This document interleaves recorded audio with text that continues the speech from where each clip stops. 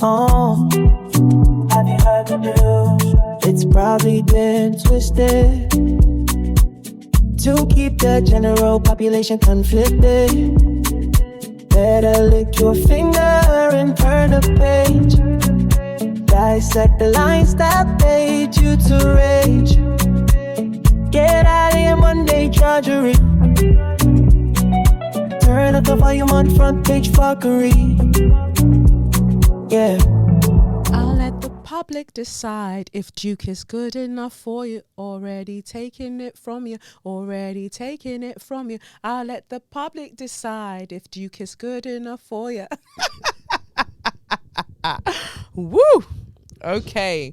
You already know who this episode is going to be about. We are going to get into it. Not me at the last minute tussling with my microphone. There's always some, but I'm back. I wasn't expecting to come back on a Saturday, but them's the breaks. Things have been happening. It's me, Kelechi, the baby girl, aka Mother of London. And I'm back, and welcome to those of you who maybe it's your first time listening, and welcome back to my babes who stay on the front page fuckery with me.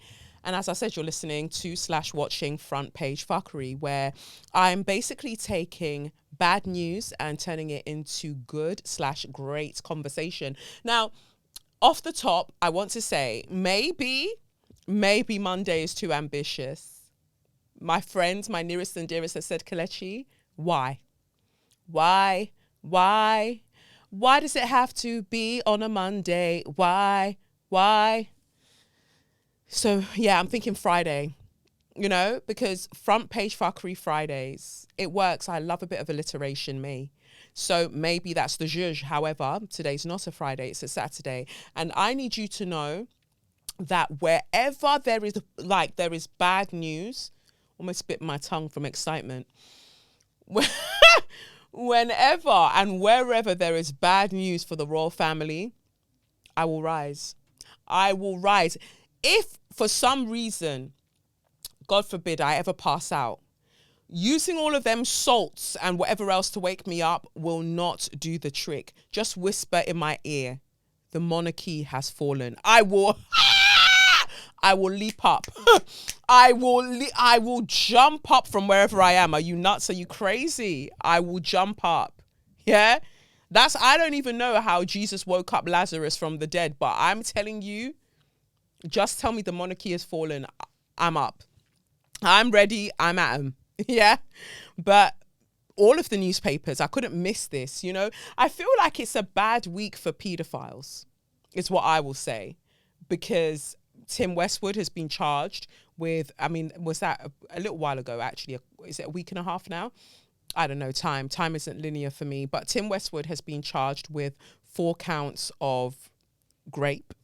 And that's really interesting to me, because he really tried to disappear to Nigeria and to do up food influencer. And, Nigeria really needs to start having more self-esteem, because we can't be taking in the scraps, the scraps and the strays from everywhere else, So that's happening after years and years and years of black women saying that this guy is a problem. He preys on young black girls. Finally, something is being done. And I don't think that the BBC should be let off the hook, because how is it that it's your establishment that we're finding all of the nonces then? Hugh Edwards, Jimmy Savile, what's his name? Tim Westwood. And there's somebody else I want to name, but he's in hiding at the moment, but it finishes with Field, but he was more ITV, and I don't know, before they come and do up defamation, allegedly, okay, girl. But it's weird. We're in really, really weird times. So all of that's happening, and they said, wheel up the blood clot. We've still got to deal with Prince Andrew. And it's so funny, because I think my first episode of Front Page Fuckery, I was talking about Sarah. Is it Sarah? It's Sarah, innit? Sarah Ferguson, his wife. I was talking about her and the emails that they saw, the letters they saw between her and Epstein. And then this happens. And basically, Virginia Giuffre, who was one of the women who spoke out against Jeffrey Epstein and Prince Andrew, her posthumous her book basically comes out on the 21st of October, which would be a full moon in Libra. And Libra is about balance. I always talk about Libra being about extremes. I know you people who are non-astro girlies would be like, girl, shut up. But it's so important for you to know. I know you don't want to hear the astro, or maybe I'm assuming that you don't, but it's a bit of me, so I'm going to tell you about it. And it's so interesting that Pluto, the planet that we say represents death and rebirth, as well as our fears, right? The underworld, compost, decay, has just recently stationed direct. That means it's not appearing to go backwards. It's stationed direct in the sign of Aquarius. Aquarius being a sign that people say that represents the people. It represents large groups of people. It represents revolution. It represents change. All of that is happening. And so when Pluto basically moved from Capricorn, the sign of Capricorn, which was in since 2008, recently moved into Aquarius. And so when it was in Capricorn, we saw a fall of the banks, or, the banks being seen differently, money, currency, all of that, institutions, government being seen differently. And now it's moved into Aquarius. And they usually say, like, by the time Pluto does a full cycle, empires fall. So, there are major revolutions that happened during the time that Pluto was in Aquarius last. And here we are again. So when a planet first enters a sign, it will do a big hoo-ha. It will kind of give you an insight, a little snapshot as to what it's planning to do in that sign once it's there. So we're seeing the rise of the Nepalese Gen Z pushing against and fighting against, uprising against their government. We've seen the uprisings in Peru. We're seeing uprisings all around the place, right? And that is that energy of the people, power, Pluto to the people, Aquarius, but also Pluto rules obsession. So we're seeing a rise in parasocial relationships, in terms of people thinking that they know you and they're so deeply invested in you, obsessed with you, from seeing you on the internet, from seeing you at their local coffee shop, from you training with them, whatever sport.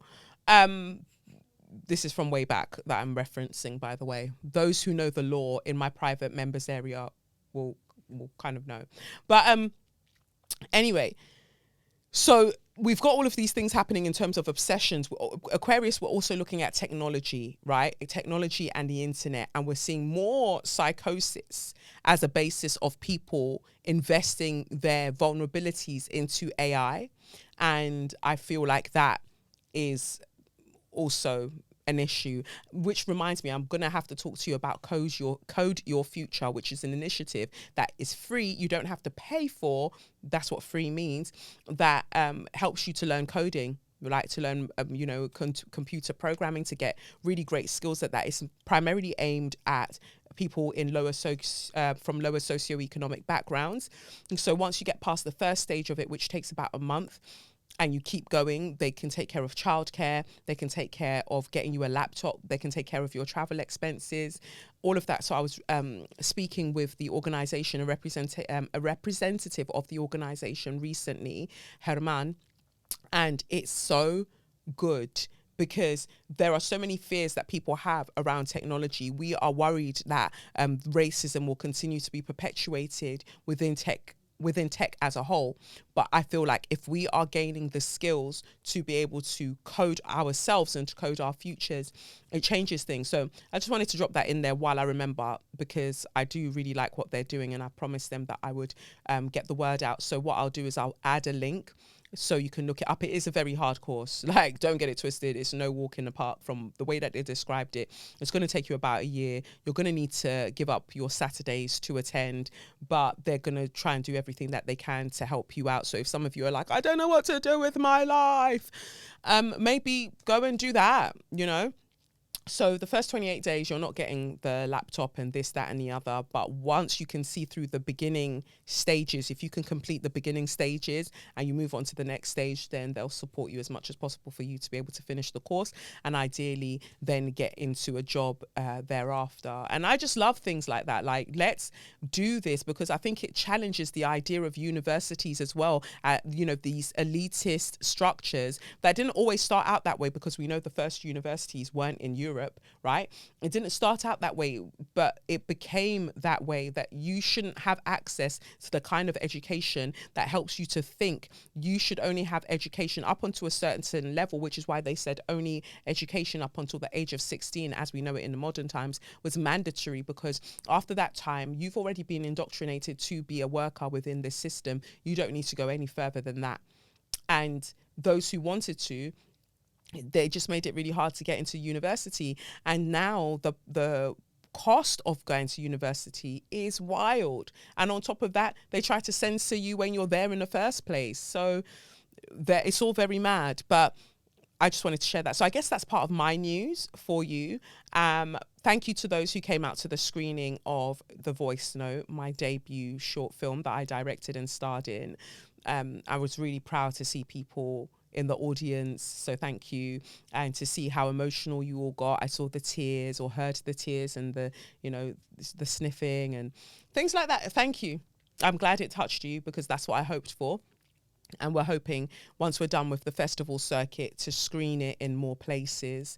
And yeah, you know what I noticed that nobody asked me about, but I'm going to talk about it anyway, is that I'm noticing more empty buildings that are being looked after by the living guardians. You know, the squatters that people used to vilify before, they're the ones actually helping now to look after these abandoned buildings. Because since 2020, a lot of companies, well, firstly, recession, but also these companies, a lot of people are working from home. So why do you need the large buildings? And people aren't buying, for instance, sofas like that anymore. They don't need to buy sofas from you lot. They can just order it from online, get it delivered. So things are coming directly from warehouse to the people. So you don't need a showroom. You don't really need offices like that, because so many things can be done remotely. Now, are there pros and cons to that? Absolutely. But I just noticed it. And the reason I say this is that if anybody wants to give me a large building or give me a lot of money, well, is it a lot of money? Not relatively a lot to me, but it probably won't be to you. If you want to give me lots of money to open a place that I want to open from one of these abandoned buildings, then let's do that. You know, I won't listen to anything that you say, by the way. I will do what I want to do. But if you want to give me money to do what I want to do, I'm absolutely open to that. So let's run it. Okay. But that's that. So let's get into the news, because every front page, except for one, I believe, every front page is talking about the grand old Duke of Nonce, who used to enjoy with very rich men. When they were up, they were up. Oh, but now they are down, they are down. Ooh. They thought that one day they might be up, but they'll forever head on down to join their mother.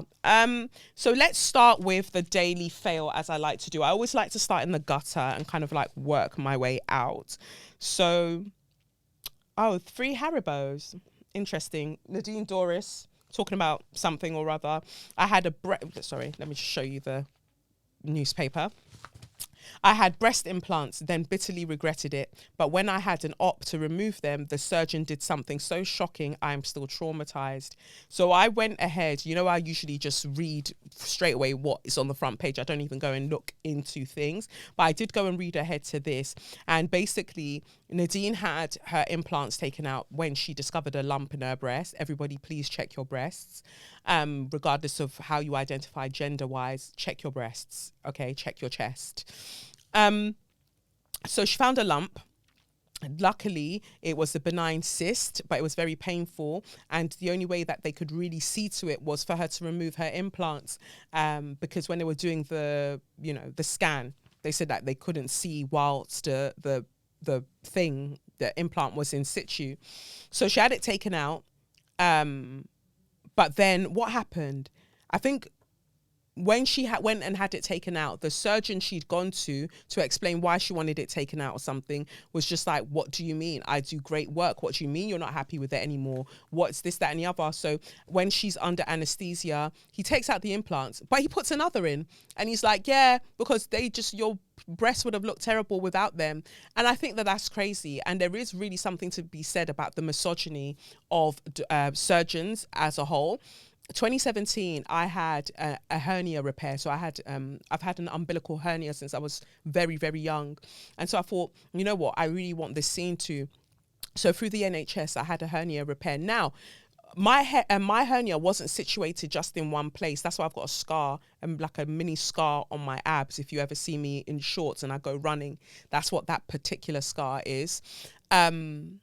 And it was quite raised for a while. So you don't want to hear my business, but let me just tell you, because we're here, right? So it was raised after a while. So recently, like this year, I've been getting these steroid injections into the scar. It's made the area lighter. It has made the scar flatter, much flatter, but it's made the area around it lighter. And they have said that it will go back to its usual color. But it is weird to see like a little patch of my belly, just a completely different shade to my normal shade. And it's not cheap either. And I've made it a point to no longer recommend things and people, because whatever and whoever I recommend always ends up moving mad. So I'm no longer recommending things, but I'm just letting you know that I've been doing that. I've been doing it somewhere in London, and it's kind of pricey because they still want me to come in every 5 weeks. I said, with what money? With what? From when I don't have OnlyFans, with what money? But I've been going, child. So yeah, why I said that, because my hernia wasn't just in one place. My hernia was kind of split, and so this was before I had my son.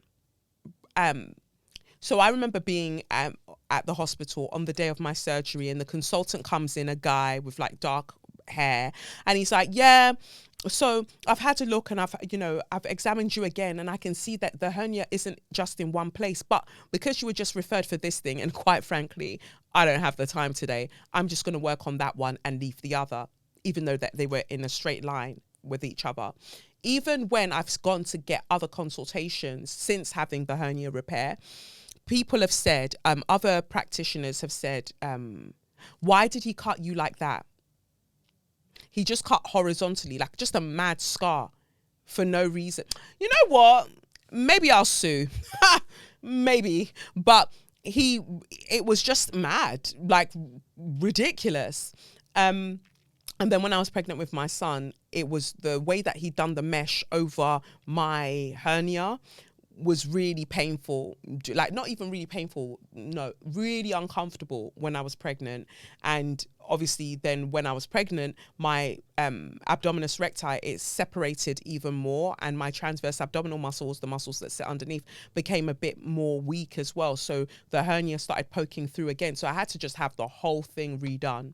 Just, child, let's do it again. And I feel much better about it now. But yeah, I have been having the scar seen too, because it was not great.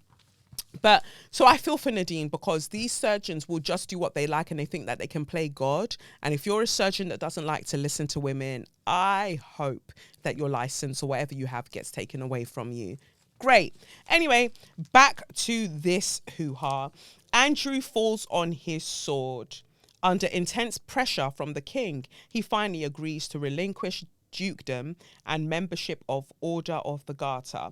Prince Andrew was last night finally forced to relinquish all of his remaining royal titles. You know what? This is something I do enjoy about the the piece of crap newspapers, because sometimes they will just say it as it is. And I feel like they're really not cool with the royal family anymore, specifically like the Daily Mail, because I know that they've been in some tussles with Meghan and Harry and them man there. But I like that they've said it just this way, because I made a video that I put on socials yesterday, and I was like, oh, they've taken Andrew's titles away, and people are like, they haven't taken it away. He hasn't been stripped of them. He just can't use them. Okay, so he can't use the titles, and you clearly can't use your brain, right? So people aren't using things. People aren't utilizing the things available to them. if he's not allowed to use them, is that not the equivalent of it being taken away? Because they can't take it away officially, because that would infer guilt. And the last time that a title was taken away from a royal was in 1919, when the one of the titles, was it the Duke or something, was taken away from the grandson of Queen Victoria, because he went during World War One to fight for the Germans. He said, I'm going to do what I want, honey. So, yeah, he had his title taken away. And that was like the last time, or was not able to use the title. So to find ourselves back there again, and there has to be some kind of parliamentary order, I think, for him to even be stripped of it.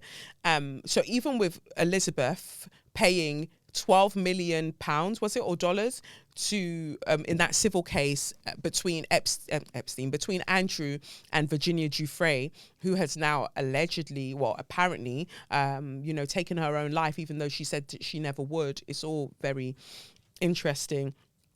Rest in peace, baby girl. All of that was done, and her book is still coming out on the 21st of October anyway. So there you go.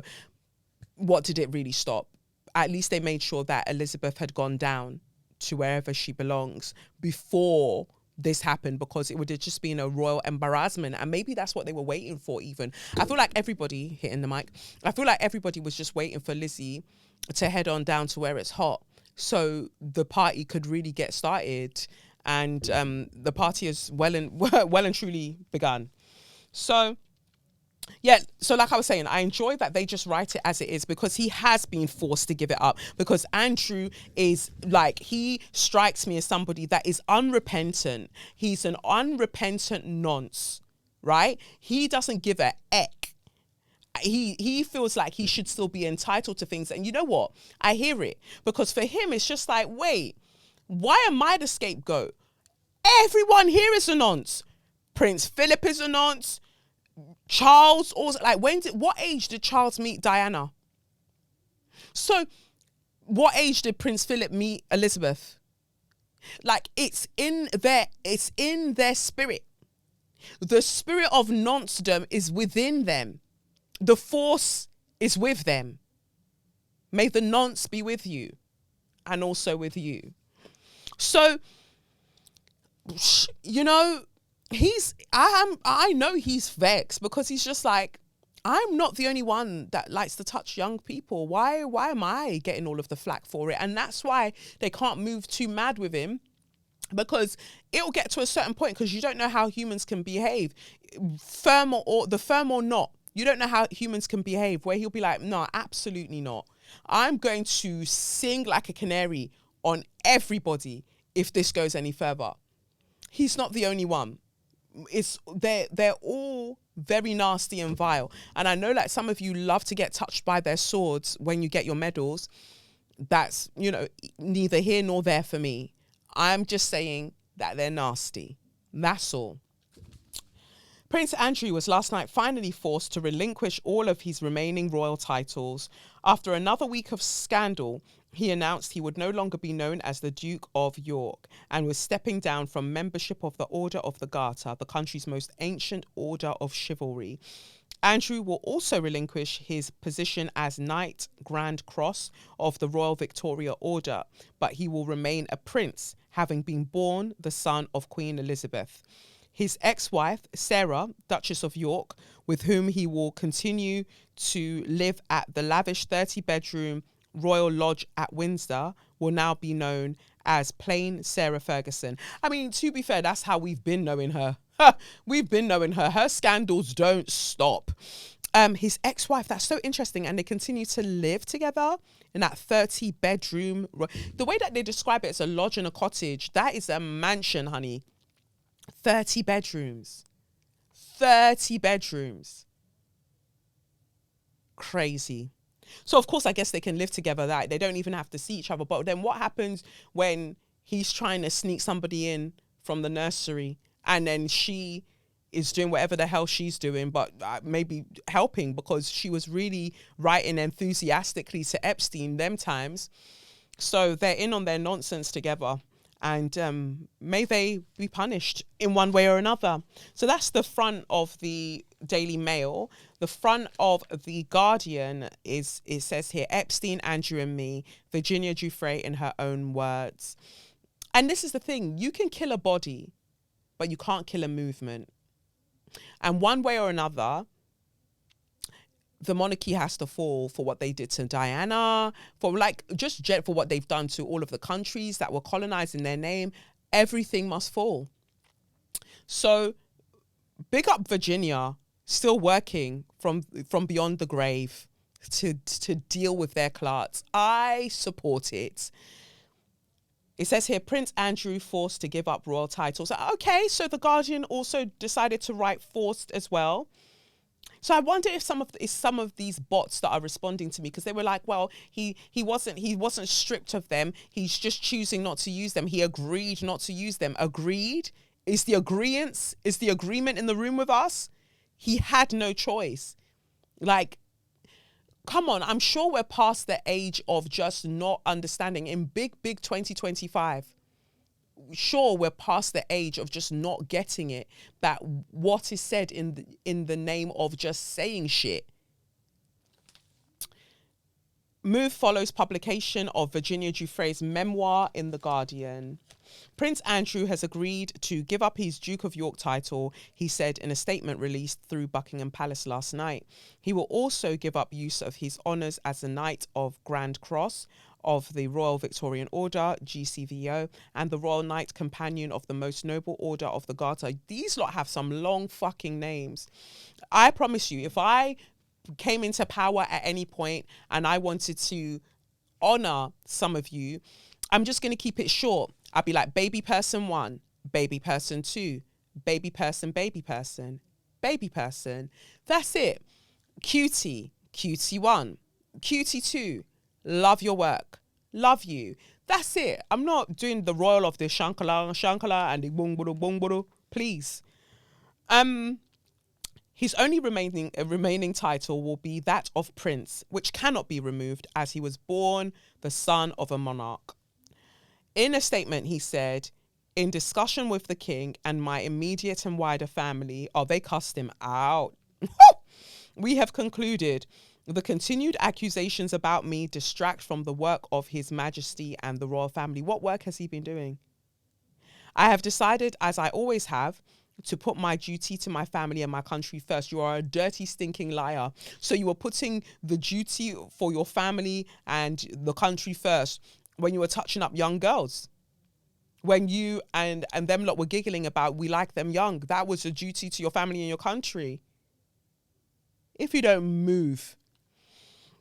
I stand by my decision 5 years ago to stand back from public life. So why was he doing up coronation? With His Majesty's agreement, we feel I must now go a step further. I agree. To hell.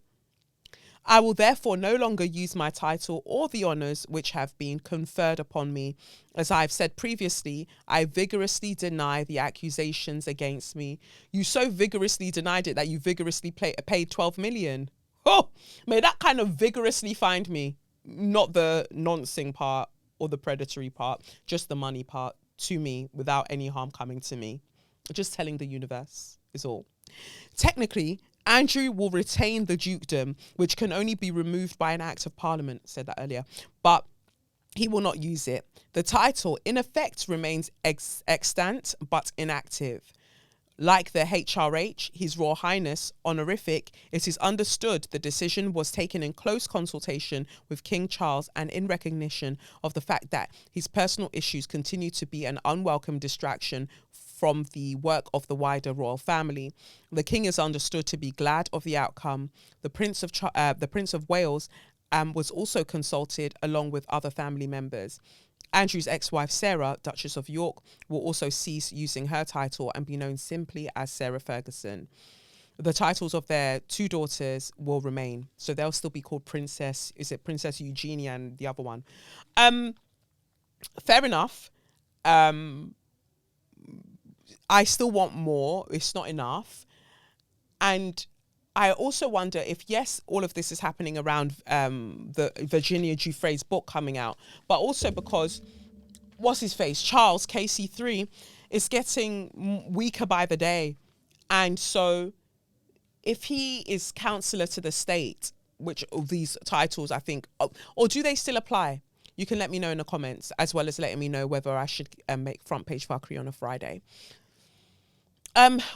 If he's counselor to the state or whatever else, all the other bits that he has, if Charles is ill, he's one of the people that could be potentially called upon to carry out or to give orders whilst Charles is ill. And I think they just want to block off any eventuality or any possibility of him thinking that he can speak on any fucking thing when Charles decides to go and take the elevator down to meet his mother.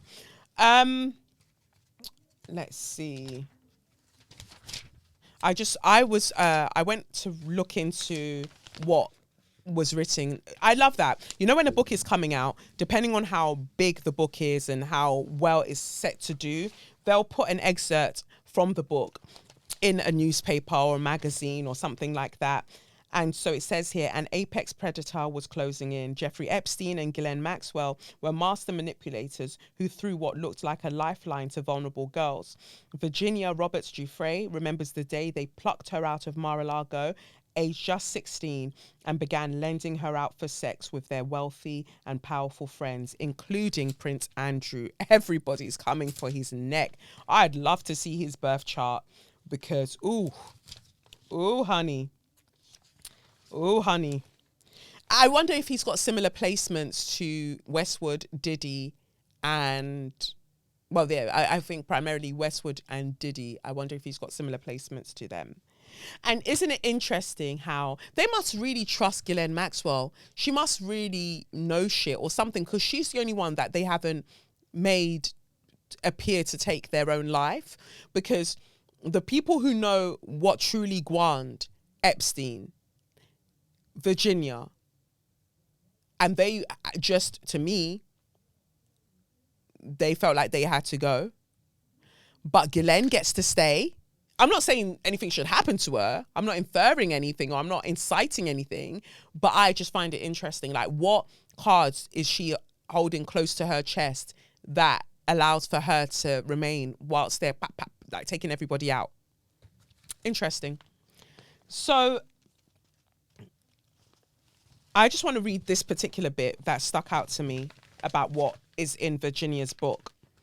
So many young women, myself included, have been criticized for returning to Epstein's lair even after we knew what he wanted from us.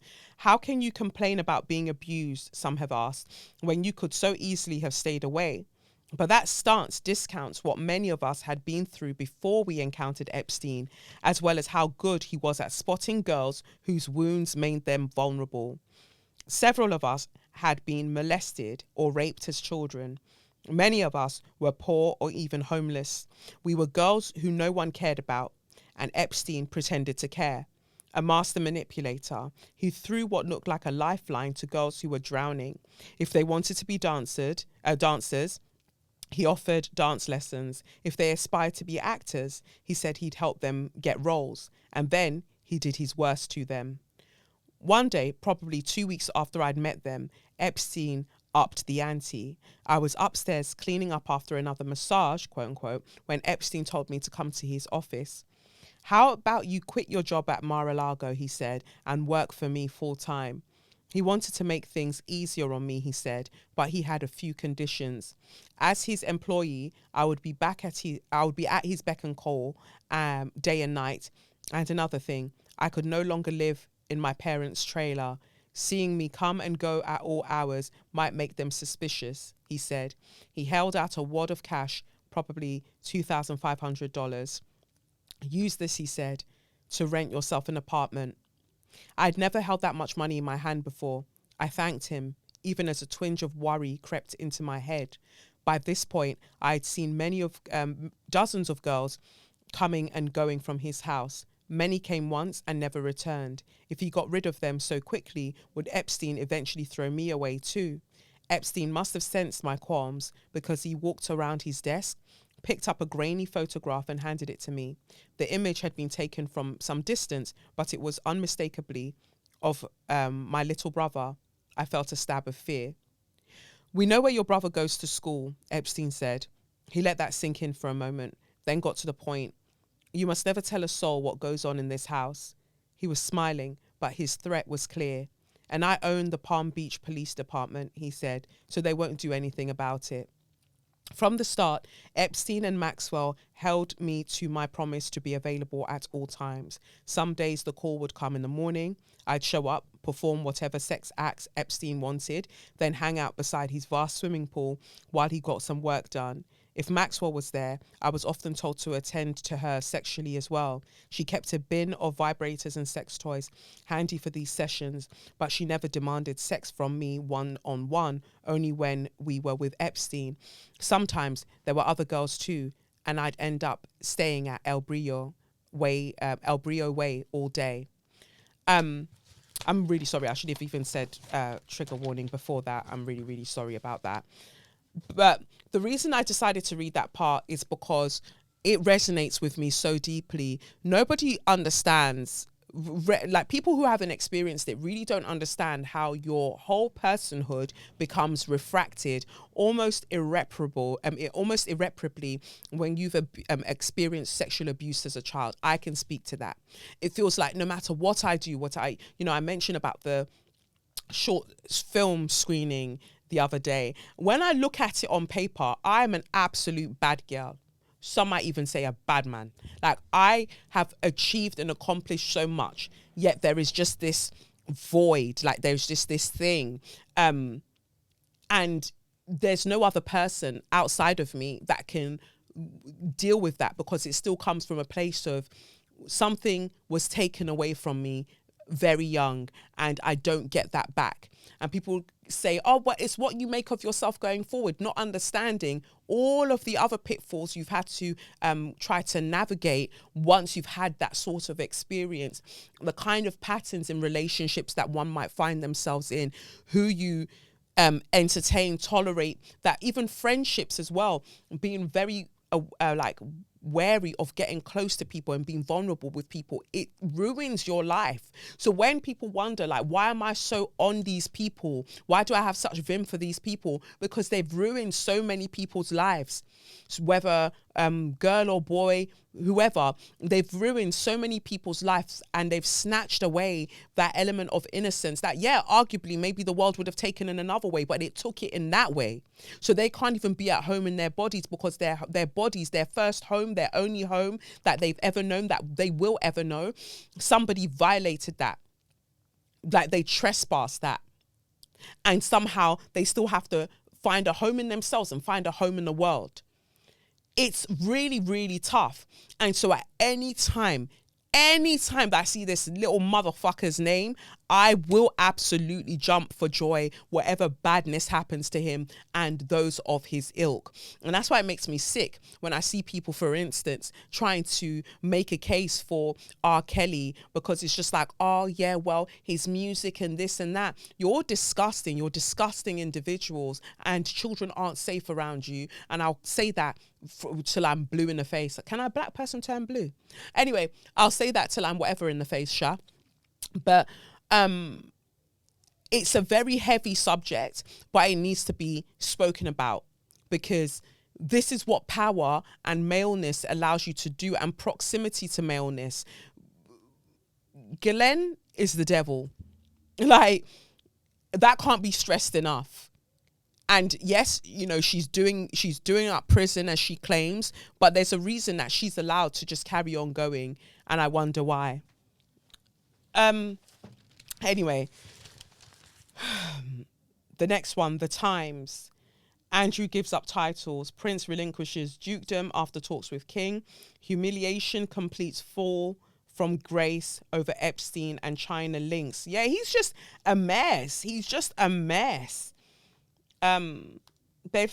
say the same thing as everybody else. He will remain known as Prince Andrew in accordance with the law first set down by George V in 1917, which stipulates that a son of a monarch can be called a prince. So if if William has any other children, they can be called that. And if Philip has other children, what? Because they weren't born of him? I don't get it. Well, I want to know. But maybe that's why he kept his will sealed for however many years, 99 years or something. We've read all of this, what they've taken away. We've seen it. He's made the change in close consultation with the king. Buckingham Palace has also made clear that Andrew will not be permitted to join the rest of the family for Christmas events, although an invitation will be extended to his daughters. While Andrew is still listed as a councillor of state, one of the members of the royal family who can deputise for the monarch in their absence, that's what I was talking about, it has been ruled that he will never be called upon to do so. Oop!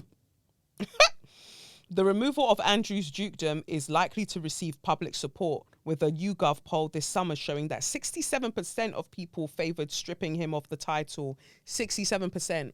Get on with it. Another obvious and visible act of self-sacrifice for the greater good of the monarchy is said to be for him to move out of the Royal Lodge voluntarily. I've been saying that. Somebody was like, well, he doesn't have to move out because it's a private residence. If you don't shut your blood clot up. And I also want to know what loopholes they found to still in some way give him security, because I believe he still does have security. And they'll be like, oh yeah, but it's not being paid for by the royal family. It's not being paid. No, I don't buy it, because he gives the energy of a broke bitch. Wasn't he in debt? Didn't he have to sell some kind of, chalet? Wasn't he trying to sell one chalet before because he didn't have money? He's a broke bitch. So they're like, somebody's funding him, whether the lodge is privately owned or whatever the hell you want to say. He's getting money from somewhere, and I'm sure Lizzie left him money in the will and all of that stuff, but that's not going to cover everything. There are loopholes. He's still being looked after. All of this is just to make us feel better, but he still has access to things, and I want the access to things to stop, and possibly access to oxygen as well. So yeah, they want him to leave the Royal Lodge voluntarily. However, he has a private long-term lease on the property with the Crown Estate and has hitherto shown no desire to move out of the 30-room home in Windsor where he lives with his former wife. Andrew stepped back from royal duties nearly 6 years ago after his disastrous interview with Newsnight, in which he claimed not to remember meeting Virginia Giuffre, a victim of the sex offender Epstein, who killed himself in prison, allegedly, in 2019. He told the journalist Emily Matlis that he had ceased all contact with Epstein after visiting him in New York at the end of 2010. The meeting, he said, was an opportunity to do the honourable, but everything was refuted. Everything could be proved wrong at the end of the day. Yeah, I just find it interesting that they're still living together, but that's because she's got things on him, because Sarah Ferguson stays with something. This final one, the I Weekend. So that was the Times. This is the I Weekend. Palace forces Andrew to give up his titles and sends him into exile. Is it really exile in a 30-bedroom home? Like, let's be so for real. King pressures his brother to quit amid yet more revelations about relationships with Epstein and an alleged Chinese spy. Oh, he was freeing it up everywhere. Ooh. Aid feared for reputation of monarchy. Oh, that's already in the gutter, honey. Andrew and Sarah Ferguson lose their Duke and Duchess of York titles as King lets their daughters remain unaffected. Couple will live in Windsor but be exiled from public life and rest of royal family. But they're still stinky. It's like knowing something is rotting and saying, oh, go and hide that. Just go and hide that in the basement. Eventually, everywhere's going to stink. Like, you can't hide this. Duh. Ooh. Female scientists crack code on endometriosis. That's interesting as somebody that has endo. Endometriosis breakthrough will cut time for diagnosis. A new way to test for endometriosis could dramatically cut the time it takes for millions of women to be diagnosed has been developed. It takes nearly 9 years on average to diagnose the condition that affects approximately 1.5 million women in the UK, causing severe pain, heavy periods, fatigue, damage to the ovaries and fallopian tubes, and fertility problems. At the moment, patients are diagnosed through biopsies conducted by keyhole surgery. Some women will need a physical examination and potentially an MRI or ultrasound scan. But a new method involves isolating cells directly from menstrual blood, allowing medics to give diagnosis in weeks rather than years. The team behind the breakthrough said they'd hoped to have the test ready for use in the NHS in 3 years. The technique also provides a clear review of how endometriosis is behaving in the patient and paves the way for treatments to be tailored to individual women. That's very interesting. I look forward to seeing the developments on that. Sumo wrestling there. And so, like I said, the final paper that doesn't have anything about Andrew, I guess because of when it came out, is the Voice newspaper. And obviously I chose it because the Black British Book Festival is at the bottom, where I will be reading from my novel Awakened tomorrow, that's Sunday. I think I'm on later on in the day. So I'll be reading from Awakened. It's an immersive experience, so do come through. Celebrating Black History Month, our judges make history. New body aims to transform the justice system. UK Association of Black Judges. Interesting. The freedom fighter who won't bow. Ibrahim Traore defying the West. There's a picture of Ibrahim Traore on the front of the Voice newspaper, in case you hadn't got that. Ibrahim Traore defying the West, shaping the future, writing Black history today. The Burkina Faso leader's stand against the International Criminal Court has electrified the diaspora. This Black History Month, his bold leadership proves that our history isn't just in the past. It is being fearlessly written now in Africa's fight for sovereignty and justice. And you know me, I love, all of that, but I do have an issue with the homophobic laws that are in place. And I don't know how people think that we're going to do liberation without queer people. I don't get it, because more time queer people have been at the forefront of our liberation movements for as long as I can remember. And somehow, we don't see, instead people like to see homosexuality as a Western thing, as opposed to it's as natural as anything else. And actually, it was the depraved laws that the West brought with them, that Europe specifically brought with it when it colonized our countries. That's why we're in this state. So actually, if you care about liberation, truly care about liberation, then you would do away with homophobic laws, actually. When Burkina Faso, Mali, and Niger announced earlier this month, that they were immediately withdrawing from the International Criminal Court, the ICC, the global community was stunned. The 3 military-led countries denounced that the court as an instrument of neocolonialist repression and declared they would no longer recognize its authority. The ICC has proven itself incapable of handling and prosecuting proven war crimes, crimes against humanity, crimes of genocide, and crimes of aggression, the leaders said in a joint statement. Instead, they pledged to create indigenous mechanisms for the consolidation of peace and justice. For many observers, the fingerprints of Captain Ibrahim Traore, the 37-year-old president of Burkina Faso and one of the world's youngest heads of state, were all over this historic move. For millions across Africa and the diaspora, it is yet another example of Traore positioning himself as the face of a new era of African resistance. Why say no to The Hague? I'm sorry, I don't want to accuse anyone of anything, but I know ChatGPT when I see it. At least try to change the headings. Anyway, why say no to The Hague? Since its creation in 2002, the ICC has indicted 73 individuals, the overwhelming majority of whom are African, from Sudan's Omar al-Bashir to Ivory Coast's Laurent Gbagbo. African leaders have been repeatedly found themselves in the dock. Meanwhile, no Western leader has ever faced ICC scrutiny for alleged war crimes in Iraq, Afghanistan, or elsewhere. The imbalance has fueled long-standing suspicion that the court was designed not as a global arbiter of justice, but as a tool to discipline leaders who stand outside the orbit of the West. Critics of the ICC argue that international justice has never been neutral. It has punished some of the powerless while shielding the powerful. And it has never, not once, put colonial powers on trial for the historic crimes of slavery, plunder, and the exploitation of African resources. For Traoré and his allies, pulling out of the ICC is not a rejection of justice, but a demand for fairness. I know that when I read it, it's not that, it's that. Anyway, that's a really good article in The Voice. I mean, in terms of information, if you want to check it out. But we see that as the monarchy and Britain faces an identity crisis, there are those who are on the continent of Africa who are trying to craft again an identity for us, for the diaspora, for themselves. I just don't want it to have homophobia and misogyny as part of it. But steps have been made, and we've got to start somewhere, apparently. And I love this because I do feel like the ICC is a joke. Tony Blair is walking up and down. Tony Blair is walking up and down.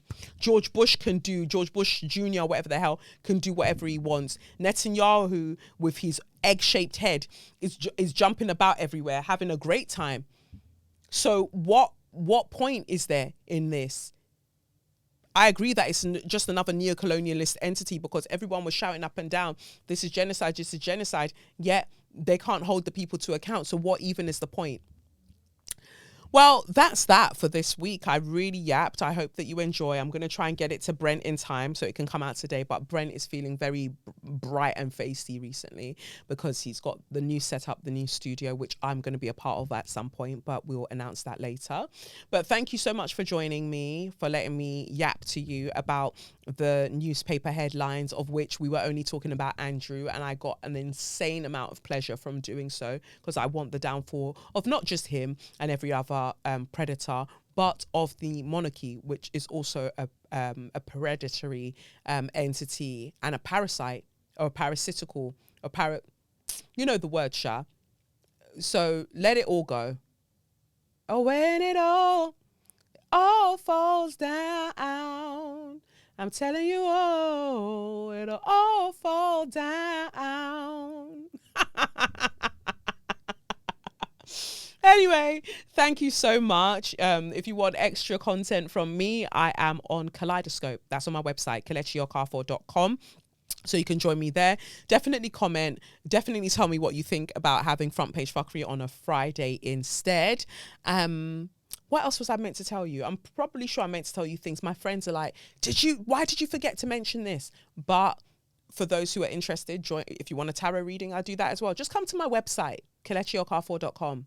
Yeah, that's KELECHIOKAFOR.com. I'm a nemadam. Ooh, baby. Sorry. Anyway, I've been Kelechi Okafor, the baby girl, aka Mother of London, and this has been Front Page Fuckery, turning bad news into great conversation. Thank you so much for joining me, and I'll see you at some point next week. Catch you on the other side of the news. Bye. Oh, have you heard the news? It's probably been twisted to keep the general population conflicted. Better lick your finger and turn the page. Dissect the lines that made you to rage. Get out of your Monday drudgery. Turn up the volume on Front Page Fuckery. Yeah.